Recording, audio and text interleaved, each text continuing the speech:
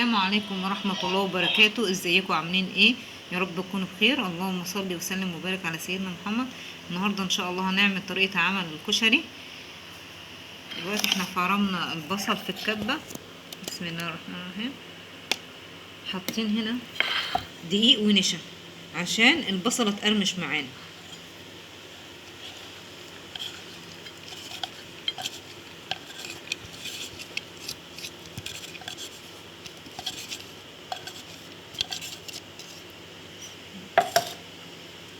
هنخلط كده بقى الدقيق مع النشا مع البصل.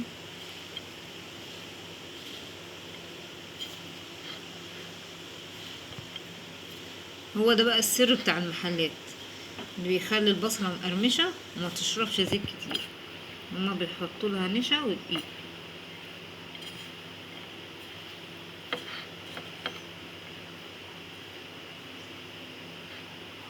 دلوقتي هنروح على النار، هنحط الزيت على النار وبعد كده ننزل بالبصل.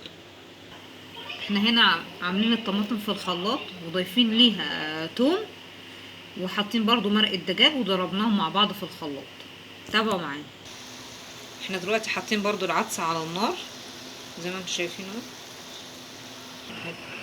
دلوقتي احنا هننزل بالزيت عشان نحمر البصله مع بعض. بسم الله الرحمن الرحيم. شويه حلوين لان احنا هنستخدم الزيت بتاع البصله دي في حاجات كتير معانا. هنستخدمه في الصلصه وهنستخدمه مع الرز وهنحط شويه برضو على المكرونه. هنحط شويه حلوين.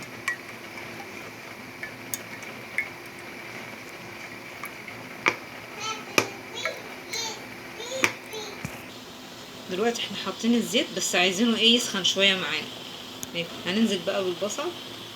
بسم الله الرحمن الرحيم. حطيناه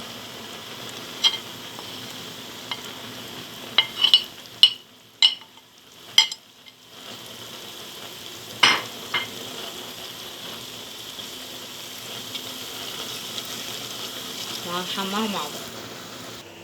دلوقتي احنا عملنا العدس اهو زي ما انتم شايفين استوى معانا، بس برضو ما نحاولش نسويه جامد قوي لان كده كده برضو هيخش في التسويه مع الرز. تابعوا معايا. دلوقتي احنا حاطين على النار ميه هنسيبها تغلي وهنحط لها شويه ملح دي للمكرونه. هننزل كده بشويه ملح حلوين وهنسيب الميه لغايه ما تغلي خالص وبعد كده ننزل بالمكرونه. دلوقتي البصل على النار زي ما انتم شايفين بتتحمر اهي. لازم ايدك فيها على طول، لازم تقعدي تقلبي كده عشان ما تتحرقش وفي نفس الوقت عشان كلها تبقى درجه واحده، ما تبقاش واحده محروقه والتانيه مثلا فاتحه.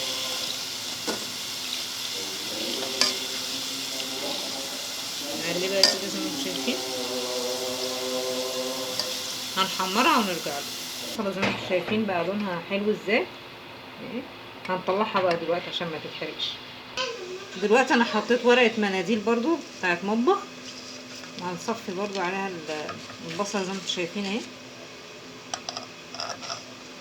دلوقتي احنا طلعنا البصله وسيبنا شويه بصل صغيرين بس كده.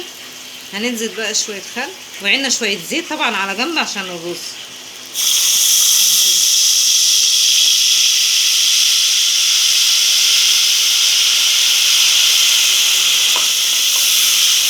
ننزل بقى بالطماطم اللي فيها الثوم ومرقه الدجاج.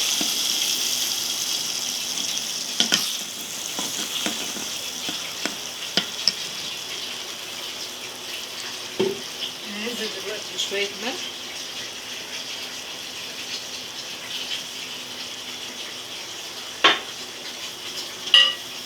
برضه. هننزل برشه سكر كده برضه.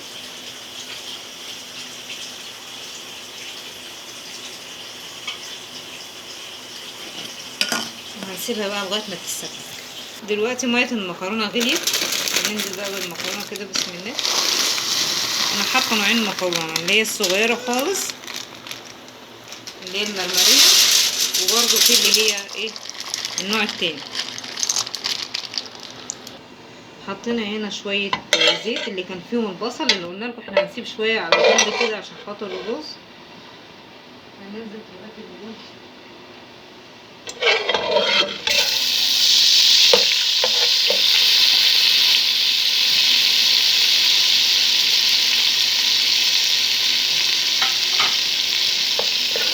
نحمره شويه كده في الزيت.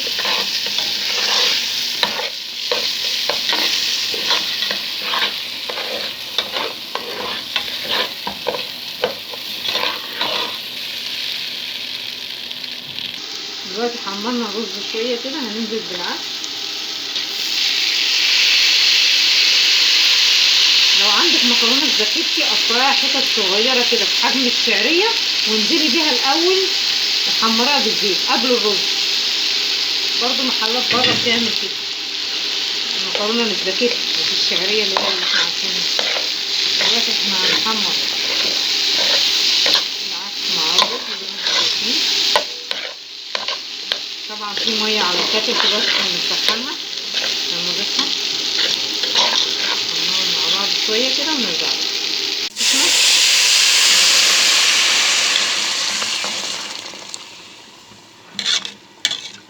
نضيف الملح شويه الملح كده. هنسيبه يغلي بقى شويه عشان نوطي عليه. دلوقتي احنا سلقنا المكرونه زي ما انتم شايفين كده وضفت لها شويه زيت اللي هي بالبصل برضو. وبرضو البصله هنا شايفينها ما شاء الله بتخروش ازاي. سامعين الصوت. دلوقتي هنعمل مع بعض كده زي الدقه حاجه شبه الدقه. حطينا دلوقتي شطه.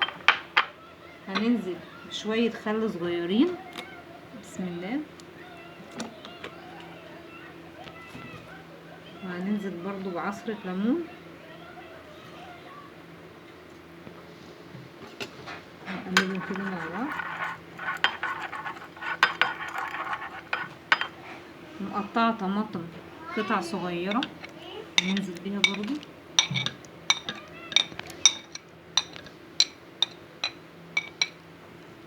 نقلبهم مع بعض. وهنضيف كبشة من الصلصة اللي احنا عاملينها نرجع لكم. ضفنا دلوقتي الصلصة على الطماطم والخل والليمون والشطة. هنكمل بقى باقي الكشري ونرجع له. الرز اهو استوى زي ما انتوا شايفين معانا اهو.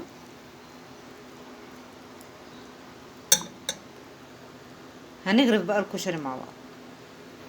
والصلصة برضو بقت جاهزة اهي زي ما انتوا شايفين معانا. تابعوا معايا. الرز مع العدس. هنضيف بقى المكرونة.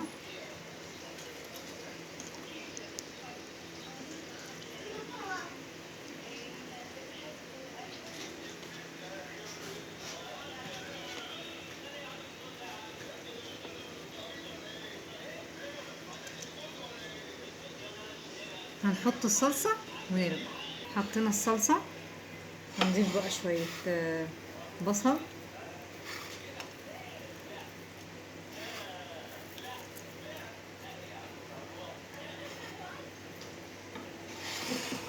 وده الشكل النهائي كده للكشري.